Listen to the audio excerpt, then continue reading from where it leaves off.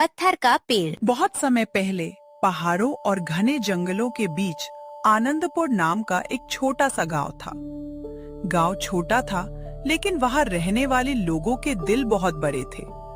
वे एक दूसरे के सुख दुख में हमेशा साथ खड़े रहते थे। गांव के बीचों बीच एक बहुत पुराना बरगद का पेड़ था। लोग मानते थे कि जब तक वह पेड़ हरा रहेगा, गांव में खुशहाली बनी रहेगी। उसी गांव में सूरज नाम का एक लड़का रहता था।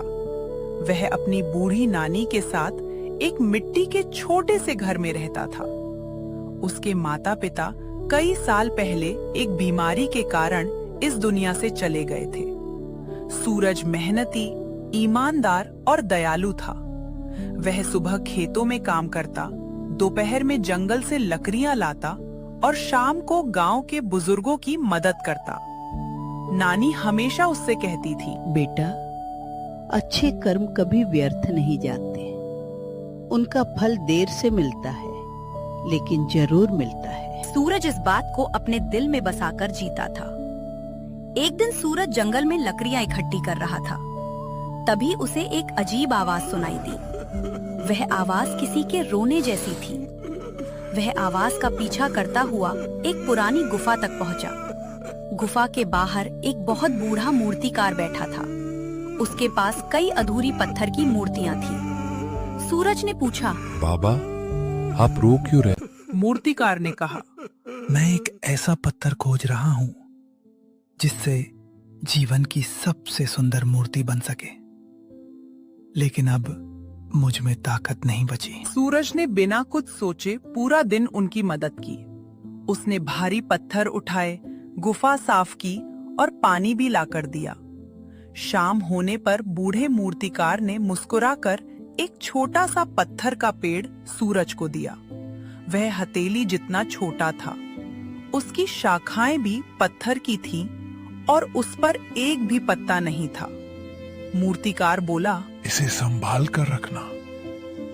जिस दिन तुम किसी ऐसे काम में सफल हो जाओगे जिससे केवल तुम्हारा नहीं बल्कि पूरे गांव का भला होगा, उस दिन इस पर पहला पत्ता उगेगा। सूरज ने धन्यवाद कहा और पत्थर का पेड़ घर ले आया।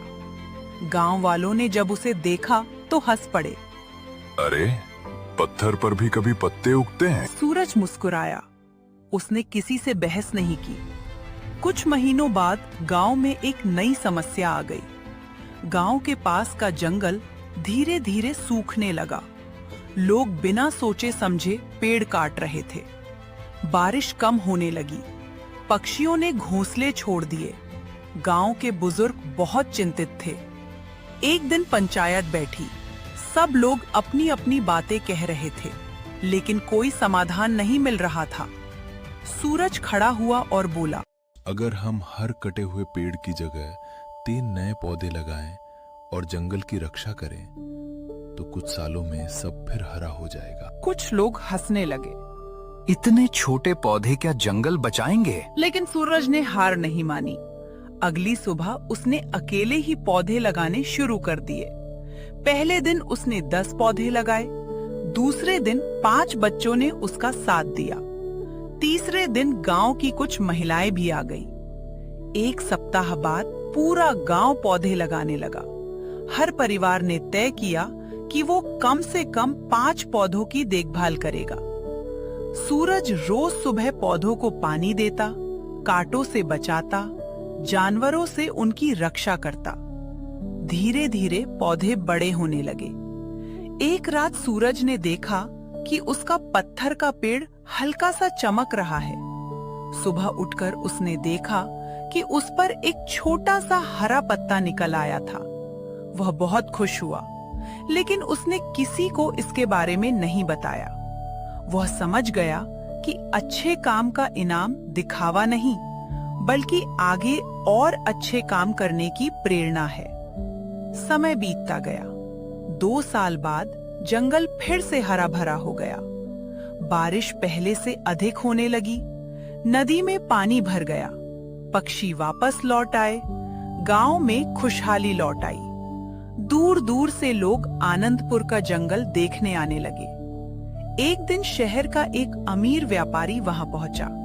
उसने कहा, मैं इस जंगल की लकड़ी खरीदना चाहता हूँ। बदले में मैं तुम्हें बहुत सारा सोना दूंगा।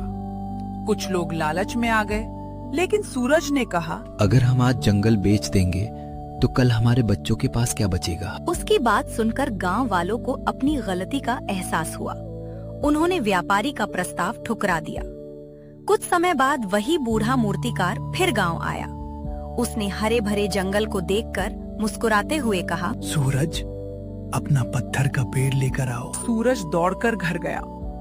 जब उसने वो पेड़ लाकर मूर्तिकार को दिखाया तो सब हैरान रह गए।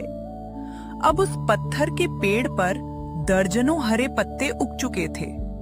मूर्तिकार ने कहा, देखो, ये कोई जादू नहीं है, ये तुम्हारे कर्मों का प्रतीक है। हर निस्वार्थ काम ने इस पर एक नया पत्ता उगाया है। गांव वाले आश्चर्य से उस पेड़ को देखते रहे। उस दिन से आनंदपुर में एक नई परंपरा शुरू हुई। हर साल वर्षा ऋतु से पहले पूरा गांव मिलकर नए पौधे लगाता। हर बच्चा अपने जन्मदिन पर एक पेड़ लगाता। किसी पेड़ को बिना कारण काटने की अनुमति नहीं थी।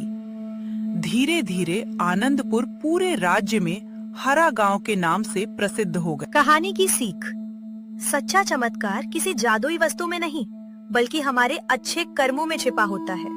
जब हम निस्वार्थ होकर दूसरों और प्रकृति की भलाई करते हैं, तो उसका फल पूरे समाज को मिलता है।